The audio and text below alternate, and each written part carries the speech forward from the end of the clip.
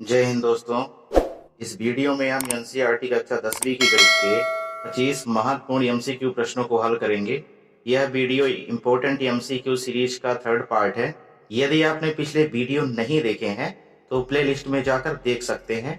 जो एमसीक्यू प्रश्न इस वीडियो में हम हल करने वाले हैं बोर्ड परीक्षा की दृष्टि से अत्यंत महत्वपूर्ण है। तो चलिए दोस्तों फटाफट से इन प्रश्नों को सॉल्व कर लेते हैं। क्वेश्चन नंबर फर्स्ट है n स्क्वायर माइनस 1 8 से विभाज्य होगा यदि n एक है। ऑप्शन है एक विषम पूर्णांक, एक सम पूर्णांक, एक प्राकृत संख्या, एक सम पूर्णांक। तो यहाँ जो भी हम n की वैल्यू रखें तो 8 से वो पूरा विभाज्य हो जाए। तो इसका राइट आंसर होगा एक विषम पूर्णांक। ठीक है, क्योंकि यदि n स्क्वायर की जगह हम कोई भी विषम पूर्णांक रखें और उसका स्क्वायर करके उसमें से एक घटा दें तो वह पूरा 8 से विभाज्य हो जाएगा। आप चेक कर लीजिएगा। ठीक है, इस प्रश्न का आंसर होगा option number first. Question number 2 है किसी पूर्णांक m के लिए प्रत्येक विषम पूर्णांक का रूप होगा। तो यह होगा ऑप्शन नंबर फर्स्ट, जो विषम पूर्णांक का रूप होगा वह 2m प्लस 1 के रूप का होगा तथा जो सम पूर्णांक का रूप होगा वह 2m के रूप का होगा। ठीक है, तो यह जो है तो सम के लिए है और यह विषम। तो इसका आंसर जो होगा तो हमारा हो जाएगा, इस प्रश्न का आंसर होगा 2m प्लस 1। ठीक है, क्वेश्चन नंबर 3 है प्रथम यूनानी गणितज्ञ थे। तो इस प्रश्न का आंसर होगा यूक्लिड। ठीक है, यूक्लिड प्रथम यूनानी गणितज्ञ थे। तो ऑप्शन नंबर फर्स्ट राइट हो जाएगा। क्वेश्चन नंबर 4 है यदि p एक धनात्मक अभाज्य संख्या है तो अंडर रूट p संख्या होगी। ठीक है, तो यह अपरिमेय संख्या होगी, क्योंकि जो धनात्मक अभाज्य संख्याएं हैं यदि हम उनका वर्गमूल करें तो वह अपरिमेय संख्या के रूप की ही होगी। ठीक है, क्वेश्चन नंबर 5 है यदि दो संख्याओं का HCF 6 और LCM 60 है तो वे संख्याएं हैं। तो इसका राइट आंसर होगा 12 व 30। क्वेश्चन नंबर 6 है निम्न में से कौन सी परिमेय संख्या का दशमलव प्रसार शांत होगा। तो इसका आंसर हो जाएगा ऑप्शन नंबर फर्स्ट, क्योंकि हमने पढ़ रखा है जिन संख्याओं का हर 2 की घात n गुणे 5 की घात m के रूप की हो तो उन संख्याओं का दशमलव प्रसार शांत होगा। ठीक है, तो ऑप्शन नंबर फर्स्ट में 2 की घात 3 गुणे 5 की घात 2 है, तो इसलिए हमारा यह राइट आंसर आ जाएगा। और यहाँ 343 तो 7 से वैसे भी कट जाएगा। ठीक है, 7 की पावर 3 है यहाँ पे, तो 7 की पावर 3 343 के बराबर होगी। और ये 343 यहाँ पर भी हो जाएगा और 343 यहाँ पर भी है। 343 से 343 कट जाएंगे। ठीक है, हमारे पास बचेगा 1/2 की घात 3 गुणे 5 की घात 2। तो ये हमारा राइट आंसर हो जाएगा। ठीक है, क्वेश्चन नंबर 7 है एक शून्येतर परिमेय संख्या और एक अपरिमेय संख्या का गुणन होता है तो यह गुणन सदैव अपरिमेय संख्या ही होता है। ठीक है, क्वेश्चन नंबर 8 यदि x बराबर 2 की घात 3 गुणे 3 की घात 2 तथा y बराबर 2 की घात 2 गुणे 3 की घात 3 हो तो x और y का LCM क्या होगा। तो यहाँ पर x और y का LCM होगा 2 की घात 3 गुणे 3 की घात 2। ये ऑप्शन नंबर 3 हमारा राइट आंसर होगा। ठीक है, क्वेश्चन नंबर 9 है बहुपद px बराबर x square plus bx plus c के अधिकतम शून्यक होंगे। तो यहाँ पर याद रखिएगा कि बहुपद की जो सबसे बड़ी घात होगी वही शून्यकों की संख्या होगी। यहाँ पर बहुपद की सबसे बड़ी घात 2 है, अर्थात शून्यकों की संख्या 2 होगी। ठीक है, क्वेश्चन नंबर 10 है बहुपद px बराबर kx square minus 5x minus 3 के शून्यकों का योग 2 है तो k का मान होगा। ठीक है, तो यहाँ पर इसका आंसर जो होगा तो वह ऑप्शन नंबर फर्स्ट हो जाएगा 5/2। चेक कर लेते हैं। हमें पता है देखो कि शून्यकों का योगफल बराबर होता है -b/a। b की जगह में -5 और a की जगह में है k। योग कितना दिया है तो योग दिया है 2। ठीक है ना, तो यहाँ पर b की जगह रखते हैं -5। ठीक है, इसके बाद a की जगह रख देते हैं k। योग हमें प्रश्न में ही दिया है कि इसका योग 2 है। ठीक है, तो यहाँ पर जब k इस साइड आएगा तो k की साइड यहाँ पर 2 आएगा और ये माइनस माइनस प्लस हो जाएगा। तो ठीक यहाँ पर होगा k की जो वैल्यू होगी तो वो किसके बराबर होगी, 5/2 के बराबर। ठीक है, तो इस प्रश्न का राइट आंसर होगा option number first 5/2। Question number 11 है, बहुपद x² - 3 के शून्यक हैं। ठीक है, तो इसका राइट आंसर होगा ऑप्शन नंबर फर्स्ट। चलिए तो देख लेते हैं।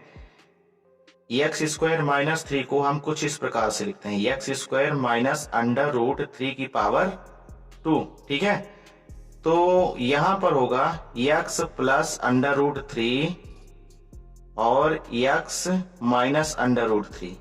ठीक है, तो यहाँ पे x की वैल्यू होगी, एक इसमें आएगी माइनस, इसमें आएगी प्लस, तो हम कह सकते हैं प्लस माइनस √3। ठीक है, तो x की वैल्यू अर्थात शून्यक प्लस माइनस √3 होंगे। ठीक है, क्वेश्चन नंबर 12 है, x - 2y बराबर 0 और 3x + 4y - 20 बराबर 0, तो रेखाएं कैसी होंगी। ऑप्शन है प्रतिच्छेद करती हैं, संपाती हैं, समांतर हैं। तो चलिए देख लेते हैं कि जब रेखाएं प्रतिच्छेद करती हैं तब क्या अनुपात बनता है, संपाती होती हैं तब क्या, और समांतर होती हैं तब क्या अनुपात बनता है। ठीक है, तो जब रेखाएं प्रतिच्छेद करेंगी तो हमारा अनुपात बनेगा A1/A2 बराबर नहीं B1/B2। ठीक है, जब रेखाएं संपाती होंगी तो यहाँ पर अनुपात बनेगा A1/A2 बराबर B1/B2 बराबर C1/C2। ठीक है, जब रेखाएं समांतर होंगी तब अनुपात बनेगा A1/A2 बराबर B1/B2 बराबर नहीं C1/C2। तो यहां पर हम देख लेते हैं, इस इक्वेशन को देखें, इस समीकरण को देखें, दिया है x - 2y, यानी A1 की जगह 1, ठीक है, A2 की जगह हो जाएगा 3, तो ये बनेगा 1/3। सेकंड वाले में देखें तो -2/4 हो जाएगा, तो ये 1/3 और -2/4 ये बराबर नहीं होंगे। तो हमारा option number first is right answer होगा, क्योंकि यहाँ पर A1/A2 बराबर नहीं B1/B2 है, तो रेखाएं प्रतिच्छेद करती हैं। अब क्वेश्चन नंबर 13 है, द्विघात समीकरण x² - 4x + 4 बराबर 0 के विविक्तकर का मान होगा। तो यहाँ पर विविक्तकर का मान, विविक्तकर d बराबर होता है, विविक्तकर d बराबर होता है b² - 4ac। ठीक है, यहाँ पर वैल्यू रख के चेक कर लेते हैं। तो b कितना है, -4 के स्क्वायर हो जाएगा 16। ठीक है, -4 इंटू a की वैल्यू 1 इंटू c की वैल्यू 4, तो 4 चौको 16, यहां पर भी 16, यहां पर भी 4 एकम 4 चौको 16, 16 में 16 माइनस तो 0। इस प्रश्न का राइट आंसर हो जाएगा ऑप्शन नंबर फर्स्ट। ठीक है, क्वेश्चन नंबर 14 है, समीकरण x - 2 का होल स्क्वायर बराबर 0 के हल हैं। तो इसका आंसर होगा 2 और 2। क्वेश्चन नंबर 15, द्विघात समीकरण के मूलों की अधिकतम संख्या होगी। तो द्विघात समीकरण है, घात जितनी होगी मूल उतने होंगे, घात जितनी होगी शून्यक उतने होंगे। तो यहाँ पर द्विघात है तो इसके मूल भी कितने होंगे, 2 होंगे। ठीक है, याद रखिएगा आप कि समीकरण की जितनी घात होगी उतने ही मूल होंगे, और बहुपद की जितनी सबसे बड़ी घात होगी उतने ही शून्यक होंगे। ठीक है, अब क्वेश्चन नंबर 16 है, √2 + 1 और √2 - 1 का समांतर माध्य है। ठीक है, ऑप्शन हमारे पास है √2, 2√2 -2√2 और 1।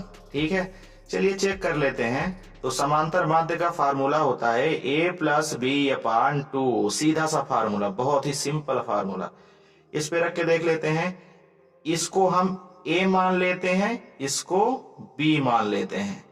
ठीक है, तो यहां इस फार्मूले में हम इनको रखते हैं, हो जाएगा 2 + 1 प्लस √2 माइनस 1, ठीक है। √2 प्लस 1, √2 माइनस 1 अपान 2, ठीक है। यहां पर देखिए प्लस उतना माइनस उतनी, तो ये गए। अब हमारे पास बचा √2 अंडर दोनों को जोड़ेंगे तो हो जाएगा 2 अपान में 2 से 2 कैंसल, बचा क्या √2, ठीक है। तो इस क्वेश्चन का आंसर होगा option number first √2। Question number 17 है, किसी एपी में यदि ए बराबर 3.5, डी बराबर 0 और एन बराबर 101 तक ए एन का मान होगा, ठीक है। तो ए एन बराबर होता है ए प्लस एन माइनस 1 डी, ठीक है। तो देख लेते हैं, यहाँ पर इसकी वैल्यू पुट कर लेते हैं। तो यहाँ ए की जगह 3.5 प्लस एन की जगह 101 है, 101 माइनस 1, डी की जगह 0 है। तो यहाँ पर ये गुणा हो रहा है तो ये पूरा 0 हो जाएगा, ठीक है। तो यहाँ पर इसका आंसर होगा केवल और केवल बचेगा 3.5, ठीक है। तो इसका आंसर होगा 3.5, ऑप्शन नंबर फर्स्ट 3.5, ठीक है। अब क्वेश्चन नंबर 18 है, 6 cm, 8 cm व 10 cm भुजाओं वाला त्रिभुज का प्रकार होगा, ठीक है। तो यहाँ ऑप्शन देखें, समकोण त्रिभुज, समबाहु, समद्विबाहु और अधिक कोण त्रिभुज। तो ये दो तो हो नहीं सकते, ये नहीं होगा और ये नहीं हो सकते, ठीक है। क्योंकि समबाहु त्रिभुज में भुजाएं समान होती हैं, समद्विबाहु त्रिभुज में दो भुजाएं समान होती हैं। तो यहाँ ऐसा कुछ भी नहीं है, ठीक है। अब हमारे पास सिर्फ दो ऑप्शन बचे, एक समकोण त्रिभुज और एक अधिक कोण त्रिभुज। तो पहले समकोण त्रिभुज को चेक करते हैं। इसको चेक करने के लिए सबसे बड़ी भुजा का स्क्वायर दी गई इन दो छोटी भुजाओं के वर्गों के योग के बराबर होगी तो समकोण त्रिभुज होगा, ठीक है। यहाँ पर सबसे बड़ी भुजा 10 सेंटीमीटर है, 10 का स्क्वायर यदि इन दो भुजाओं के वर्गों के योग के बराबर होगा तो यह समकोण त्रिभुज होगा। चेक कर लेते हैं। तो 10 का स्क्वायर बराबर 8 का स्क्वायर प्लस 6 का स्क्वायर, 10 का स्क्वायर 100 और 8 का स्क्वायर 64 प्लस 6 का 36, 64 और 36 हो गए 100, तो 100 बराबर हो गए। यानी हम कह सकते हैं कि यह समकोण त्रिभुज की भुजाएं हैं, ठीक है। तो इसका आंसर होगा ऑप्शन नंबर फर्स्ट समकोण त्रिभुज, ठीक है। क्वेश्चन नंबर 19 है, मूल बिंदु से बिंदु P -6 -8 की दूरी है। इस प्रश्न में हमें मूल बिंदु से P पॉइंट तक की दूरी निकालना है, ठीक है। मूल बिंदु होता है 0 और 0, ठीक है। 0 0 से P पॉइंट अर्थात -6 और 8 इनके बीच की दूरी हमें निकालनी है। तो दूरी का फार्मूला यूज करके आप इसे फाइंड कर सकते हैं। दो बिंदुओं के बीच की दूरी का सूत्र होता है √x2 - x1 की स्क्वायर प्लस y2 - y1 की स्क्वायर, ठीक है। यानी कि पाइथागोरस प्रमेय है, यदि हम 6 में 0 को प्लस करें या माइनस करें तब भी यह 6 ही रहेगा, 8 में यदि करें तब भी 8 ही रहेगा। तो पाइथागोरस प्रमेय का यूज कर लेते हैं, ठीक है। तो यहाँ दूरी को हम d लिख देते हैं, यानी कि डिस्टेंस बराबर होगा 6 का स्क्वायर और प्लस 8 का स्क्वायर, ठीक है। तो 6 का 8 का मिला के 36 और 64 100 हो गया, √100। 100 का वर्गमूल होता है 10, तो दूरी जो निकल के आएगी वह 10 यूनिट होगी, ठीक है। तो ऑप्शन नंबर फर्स्ट यहाँ पे इसका राइट आंसर होगा। अब अगला प्रश्न है, बिंदु -4 -7 किस चतुर्थांश में स्थित है। तो बना लेते हैं चतुर्थांश। देखिए यह x अक्ष है और ये y अक्ष है, इधर प्लस है, इधर माइनस, इधर y प्लस है, इधर y माइनस है, ठीक है। तो यहाँ पे प्लस, ये जो चतुर्थांश बनेगा प्लस और प्लस वाला होगा, ठीक है। पहला है, प्रथम है, फर्स्ट। सेकंड बनेगा माइनस और प्लस का, ठीक है। थर्ड बनेगा माइनस और माइनस का। फोर्थ बनेगा प्लस और माइनस का। तो यहां देख लेते हैं, यहां जो निर्देशांक दिए गए हैं दोनों माइनस के हैं, ठीक है। अब माइनस माइनस वाले कहां पे आएंगे, तो थर्ड नंबर पे आएंगे। तो इसका आंसर हो जाएगा तृतीय चतुर्थांश, ठीक है। क्वेश्चन नंबर 21 है, under root -1 cos square theta का मान होगा। ठीक है, sine theta, sine square theta, cos theta, cos square theta. तो मैं आपको त्रिकोणमिति की एक सर्वसमीका बताता हूं, उस सर्वसमीका से जरूर इसका आंसर हमें पता हो जाएगा। ठीक है, सर्वसमीका है sign square theta plus cos square theta बराबर 1। ठीक है, अब यहाँ साइन स्क्वायर थीटा बराबर हो जाएगा 1 माइनस cos स्क्वायर थीटा। ठीक है, तो साइन बराबर होगा, साइन थीटा बराबर हो जाएगा, ये स्क्वायर को इस साइड करेंगे तो बन जाएगा √1 माइनस cos स्क्वायर थीटा। तो प्रश्न तो कुछ इसी प्रकार है ना। तो इसका जो मान होगा वो होगा साइन थीटा। ठीक है, साइन थीटा कहाँ पे है, यहाँ है ऑप्शन नंबर फर्स्ट में। ठीक है, तो ऑप्शन नंबर फर्स्ट इसका आंसर हो जाएगा। सर्वसमीका को याद रखिएगा। क्वेश्चन नंबर 22 है 9 sec square theta minus 9 tan square theta बराबर है। ऑप्शन में है cos थीटा, साइन थीटा 9 के या फिर 18 के, किसके बराबर है। तो थोड़ा सा इसको सॉल्व करते हैं। ठीक है, एक राज की बात बताता हूं, सेक स्क्वायर थीटा बराबर होता है 1 प्लस tan स्क्वायर थीटा। ठीक है, वही चीज यहाँ सेक की जगह पे मैं पुट करने वाला हूं, तो हो जाएगा 9 into 1 plus tan square theta और माइनस 9 tan स्क्वायर थीटा। ठीक है, अब देखिए यहाँ पे 9 है ये, अब इसको थोड़ा सॉल्व करते हैं। ठीक है, तो 9 1 कम 9 plus 9 tan square theta minus 9 tan square theta. ठीक है, जितना प्लस उतना माइनस, ये तो गया, बचा क्या 9। ठीक है, तो इस प्रश्न का आंसर होगा ऑप्शन नंबर थर्ड 9। ठीक है, क्वेश्चन नंबर 23 है शंकु की तिर्यक ऊंचाई होगी। तो शंकु की तिर्यक ऊंचाई होगी L बराबर √h square plus r square. Option number first इसका आंसर हो जाएगा। अब थोड़ा सा इन ऑप्शनों में भी बात कर लेते हैं। ऑप्शन नंबर सेकंड है 1/3 पाई r स्क्वायर h। तो ये किसका फार्मूला होता है, आपको याद रखना है, यह शंकु के आयतन का फार्मूला होता है, शंकु के आयतन का फार्मूला होता है। ठीक है, अगला ऑप्शन है पाई r स्क्वायर।